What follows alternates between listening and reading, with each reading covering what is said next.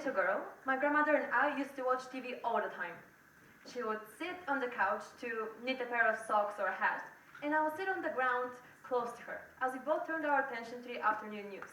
I mean, she watched them while I just listened to the words absentmindedly. But I remember the one time I paid attention.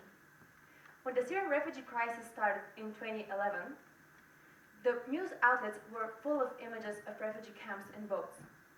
I was 4 years old back then. The pictures always brought sadness to me, but even more to my grandmother. She would describe how these people had to flee their homes due to war, how they had to travel through insufferable conditions to reach safety, and how they needed somebody to help them, whether that was by giving them a hot meal or by defending them in court. My sadness grew into motivation to be that kind of somebody for someone. My grandmother is the person who sparked my interest in helping those in need. My name is Polina Trifunova, and I'm here to tell you why volunteering matters. But first, let's see. What exactly is volunteering? Volunteering is devoting your free time doing something in order to help somebody without getting any money from it. Let's start with a question. How many of you volunteer? Raise your hand. Okay, great. I'm really surprised. Well, all of you, all of you are probably wondering what qualifications I have to be talking about volunteering. Well, here is the story of how I fell in love with devoting my free time to others. In ninth grade, I joined this organization called European Youth Parliament. It is basically a simulation of European Parliament sessions where young people debate on global issues and find solutions to them. Soon, in 10th grade, I was appointed as head organizer of a session myself. 85 people from Europe, Turkey, Azerbaijan, and Armenia would gather in Sofia in order to discuss topics related to sustainability. With my team of 8 organizers, we had to make it happen. However, we faced all kinds of challenges. First, we could not secure sponsors. Then, we could not find the venue. We also had trouble finding accommodation. My team was losing motivation. So, in order to encourage them, I told them who we were doing this for. I reminded them who we were fighting for. We were organizing this session in order to give the chance to young people in Europe to express their opinion, their voice. When the public turns a blind eye to the opinion of the youth, we are preparing a platform for youth representation. This motivation helped us throughout the rest of the difficulties we had during the event. Whether that was facing sudden snowfall and having roads being stopped, or a participant catching an illness, or food deliveries being late. I kept on reminding my team, we had to do this. This was our final goal. This volunteering experience taught me undying drive, one based purely on selflessness and giving up your time and effort in order to help a cause, no matter how big or small the impact is. If it was not for that, I would have never spent countless meetings until 2 a.m., or I would have never traveled thousands of kilometers in order to go to a conference in Spain to volunteer there.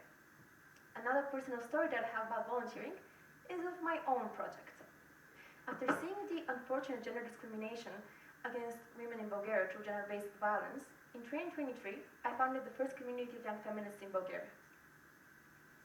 My aim was to fight for gender equality. I spent hours every week creating media campaigns and organizing events alongside my team. The event that I'm most proud of is our annual March Against Domestic Violence, which we organized twice. However, as you probably know, feminism is not that widely accepted into Bulgarian society. I mean, don't get me wrong, feminism is purely the fight for gender equality. However, misinformation online has forced people to have a bias against the movement. Therefore, my community and I received a lot of online hate. I mean, we were devoting so many of our hours and our time and effort to volunteer, yet we faced backlash. And honestly, I thought it was unfair. And right when I was thinking of shutting everything down after our second March Against Domestic Violence, I opened the TikTok account of my community. There, a girl had messaged us. Thank you for organizing this march. It was a really inspiring event, and I'm usually scared to go to such, but yours encouraged me to keep on fighting. Keep up the good work. Those simple yet kind words showed me that what I did mattered to somebody. What I did helped somebody keep on fighting, keep on learning. And no matter the hate I received or how difficult it was for me to cope with it, I should still try to make a change. This voluntary experience taught me empathy. Seeing somebody being hurt, whether that is physical or having their rights disrespected, makes you develop a very strong emotion towards that person, that group. And in case you haven't gotten the point, here is my last story to tell you about volunteering that I have. At the end of 11th grade, I was appointed as board member at Sofia Student Council, an informal organization of high school student council representatives in Sofia. Not only was I a board member, but I was also the chair of the Committee of Initiatives and Campaigns. The most successful event we organized was the course for student self-governance. 82 people from Sofia and even cities outside of Sofia gathered 2 Sundays each month from November to March in order to learn how to improve their student councils through a project. My team and I started organizing this event in August, and despite the challenges we faced when securing a venue or when finding speakers, our event occurred. By the end, these 82 different students from different high schools, even from different cities, managed to find one united problem: that they all needed representation in their school's leadership.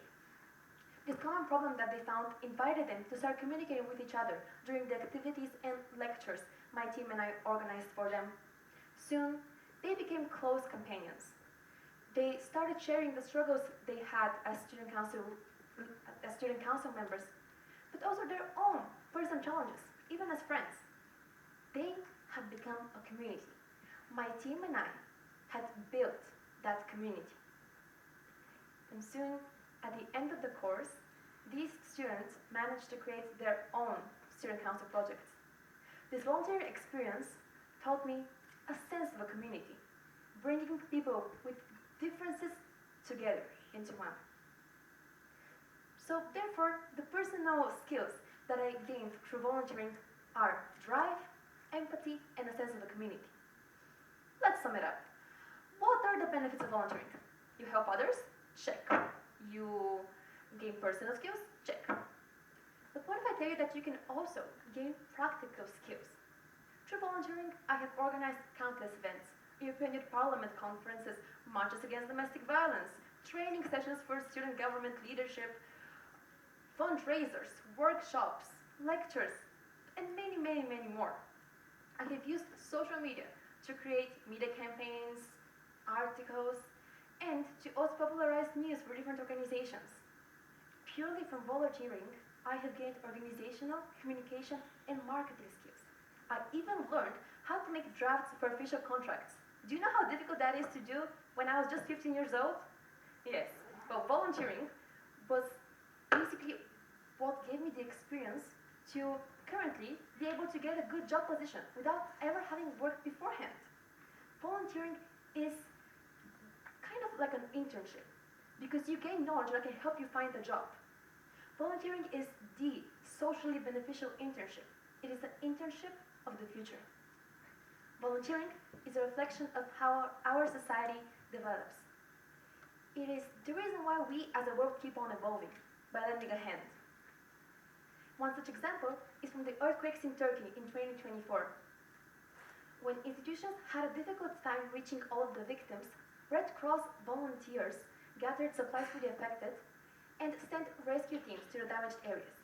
This is the power of volunteering, one that influences. And you might be saying, well, I don't want to do the type of volunteering that you probably do, or I don't want to organize events, and that is okay, because there are other types of volunteering that you can do. You can try what I call actively aiding volunteering, by cleaning up a park, or taking care of shelter animals. Or you might not want to clean up a park, which I get, so you can try institutional volunteering. That's what I refer to it as, when you represent the rights of the community in front of institutions. Or you can also try advocacy volunteering, which is when you advocate for a cause through an online or a physical presence. The possibilities are endless, but each time you're volunteering, you learn the importance of it, the importance of helping others, of kindness, of empathy. And And for those students who do volunteering just to fill in their CV or to impress universities, put that CV down. Volunteering is not for other people to see you. Volunteering is for you to see those in need. So next time you think of starting something purely for your CV, think of a community you feel passionate about aiding. A community you might spend countless hours in meetings for. A community you might travel hundreds of kilometers just to lend a hand to.